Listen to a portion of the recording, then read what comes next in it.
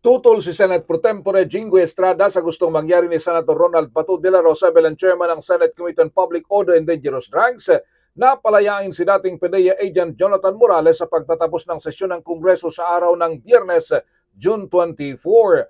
Ayon kay Estrada, nuknuka ng sinungaling si Morales kaya dapat lang siyang magtagal sa kulungan sa Senado. Ito lang ang paraan para matuto at mabigyan ng leksyon si Morales.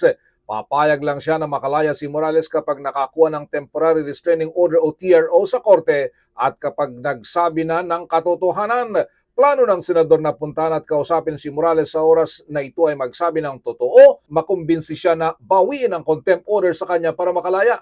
Kasama niyang na-contempt noong araw ng Lunes ang dating Napolcom employee na si Eric Picoy Santiago dahil din sa pagsisinungaling. Si Morales ang nagsabi na siya umano ang gumawa ng pre-operation report ng siya ay nasa PDEA para sa anti-drug operation laban kay noon ay Senador Bongbong Marcos at Actress Maricel Soriano dahil sa pagkadawit sa illegal drugs. Habang si Santiago naman ay nagpapakilalang go-between para pigilan si Morales na magtestigo sa PDEA leaks investigation. Una nito ay nagpahayag ng kagustuhan si De La Rosa na palayain sina Morales at Santiago kasabay ng pagtatapos ng sesyon ng Kongreso.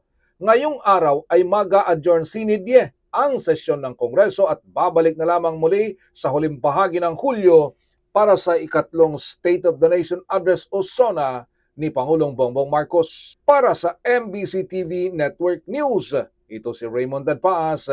Sama-sama tayo, Pilipino.